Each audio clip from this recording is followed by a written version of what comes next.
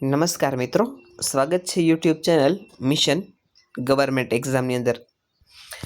આજના વિડીયોની અંદર આપણે વાત કરીશું સીપીઆર વિશે, પ્રાથમિક સારવાર વિશે અને ખાસ કરીને એબીસીના નિયમ વિશે। પ્રાથમિક સારવાર છે એ ખૂબ જ અગત્યની હોય છે, તો આ વિડીયો દરેક વિદ્યાર્થી મિત્રો ખાસ જુએ અને જો વિદ્યાર્થી મિત્રો નવા હોય ચેનલની અંદર તો ચેનલને સબસ્ક્રાઈબ કરે। શરૂ કરીએ આજનો વિડીયો।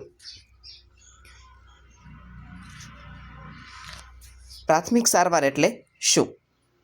જ્યારે કોઈ વ્યક્તિ ઘાયલ થાય છે અથવા તો અચાનક બીમાર પડે છે અને હોસ્પિટલ પહોંચતા પહેલાં તેમનો જીવ બચાવવા કે સ્થિતિ બગડતી અટકાવવા માટે જે તાત્કાલિક મદદ કરવામાં આવે છે તેને પ્રાથમિક સારવાર કહેવામાં આવે છે।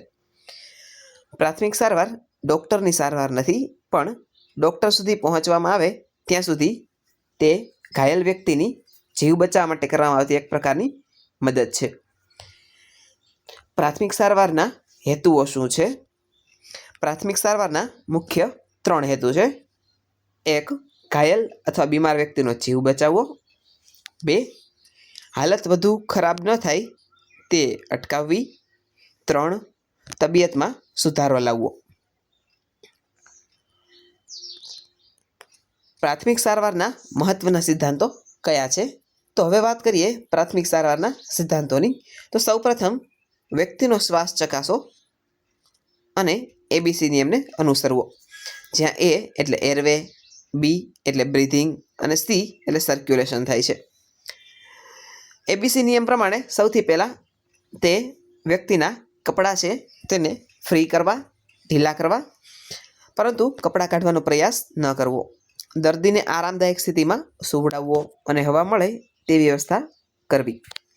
જો રક્તસ્રાવ થતો હોય તો તાત્કાલિક બંધ કરવાનો પ્રયાસ કરવો।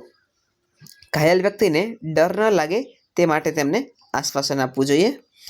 વ્યક્તિ બેભાન હોય તો સાવધાનીપૂર્વક ભાનમાં લાવવાનો પ્રયત્ન કરવો જોઈએ। હાડકું તૂટી ગયેલું હોય તો હલનચલન ઓછું કરવું જોઈએ। શક્ય તેટલી વહેલી તકે તેને નજીકની કોઈ પણ હોસ્પિટલમાં લઈ જવું જોઈએ। હવે જોઈએ એબીસી નિયમ છે એને ડિટેલની અંદર। 1, ફર્સ્ટ એડમાં સૌપ્રથમ એબીસી રૂલ છે એ લાગુ કરવો જોઈએ, જ્યાં એ એટલે એરવે એટલે કે શ્વાસ માર્ગ। વ્યક્તિના મોઢા અને ગળામાં કોઈ વસ્તુ અટવાઈ ગઈ છે કે નહીં તે જોવું જોઈએ। જો અટવાઈ ગયેલી હોય તો સાવધાનીપૂર્વક કાઢવી।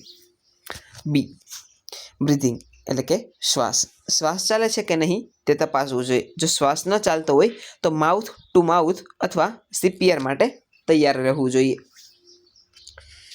સી એટલે કે સર્ક્યુલેશન, રક્ત પ્રવાહ, નાડી તપાસવી જોઈએ અને વધુ રક્તસ્રાવ થયો હોય તો તેને તાત્કાલિક બંધ કરવું જોઈએ। સીપીઆર એટલે કે કાર્ડિયો પલ્મનરી રિસેક્સિકેશન। સીપીઆર ત્યારે આપવામાં આવે છે જ્યારે વ્યક્તિ બેભાન હોય, શ્વાસ બંધ હોય, નાડી ન ચાલતી હોય। સીપીઆર કરવાની સામાન્ય રીત તો વ્યક્તિને સમતળ જમીન પર પીઠ પર સુવડાવવો જોઈએ। છાતીના મધ્ય ભાગ પર હાથ રાખી દબાણ આપવું જોઈએ। દબાણ છે તે એક ચોક્કસ લિમિટમાં હોય છે, એટલે કે 30 વખત દબાણ આપવું જોઈએ અને 2 વાર શ્વાસ આપવો જોઈએ। મેડિકલ મદદ આવે ત્યાં સુધી સીપીઆર ચાલુ રાખવું જોઈએ। રક્તસ્રાવ થયો હોય ત્યારે ફર્સ્ટ એડ કિટ છે એ સાથે રાખવી જોઈએ। સાફ કપડાં અથવા પટ્ટીની મદદથી જખમ થયેલો હોય તે જગ્યાએ તેને દબાવવો જોઈએ। ઘાયલ ભાગને શક્ય હોય તો ઊંચો રાખવો। વધારે રક્તસ્રાવમાં તરત હોસ્પિટલમાં લઈ જાઓ। દાઝી જવાની પ્રાથમિક સારવાર આપવાની હોય ત્યારે તરત જ દાઝેલા ભાગ પર ઠંડુ પાણી નાખો 10-15 મિનિટ સુધી। ફોલ્લા થયેલા હોય તો તેને ફોડવા ન જોઈએ। તેલ, ઘી અને ટૂથપેસ્ટ જેવા દ્રવ્યો લગાવવા ન જોઈએ। સાફ કપડાથી તેને ઢાંકી દેવું જોઈએ। જો હીટ સ્ટ્રોક અથવા તો લૂ લાગેલી હોય તો તેના લક્ષણો છે ચક્કર આવવું, માથાનો દુખાવો થવો, વધુ તરસ લાગવી, બેભાન થવું। તો ફર્સ્ટ એડમાં શું કરી શકાય? તો ફર્સ્ટ એડમાં વ્યક્તિને છાયડામાં લઈ જવો જોઈએ, તેમના કપડાં ઢીલા કરવા જોઈએ, ઠંડુ પાણી આપવું જોઈએ અને શરીર પર પાણીનો છંટકાવ કરવો જોઈએ. સાપ કે પ્રાણીના કરડવાની સારવાર દરમિયાન શું કરવું જોઈએ? તો વ્યક્તિને હલનચલન ન કરવા દેવું જોઈએ. જ્યાં સાપ કરડેલો હોય તે જગ્યા બાંધવી ન જોઈએ. ઝેર ચૂસવાનો પ્રયત્ન ન કરવો જોઈએ.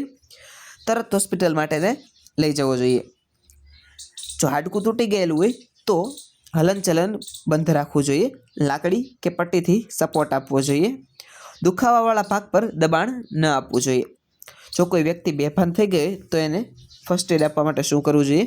તો સૌથી પહેલાં વ્યક્તિને સીધી પીઠે સુવડાવવો, શ્વાસ ચકાસવો અને ચહેરા પર પાણી છાંટવું. મોઢામાં કંઈ આપવું ન જોઈએ. ત્યાર પછી છે ફર્સ્ટ એડ બોક્સમાં શું શું હોવું જોઈએ? તો ફર્સ્ટ એડ કિટ છે તેની અંદર કોટન, એન્ટિસેપ્ટિક દ્રાવણ, ગોસપટ્ટી, બેન્ડેજ, કાતર, પેઇનકિલર, ORS પાવડર હોવા જોઈએ. આ વિડીયો આપને કેવો લાગ્યો એ નીચે કોમેન્ટ સેક્શનમાં અવશ્ય જણાવજો. આવા વિડીયો સાથે કાલે ફરીથી મળીશું. Thanks for watching.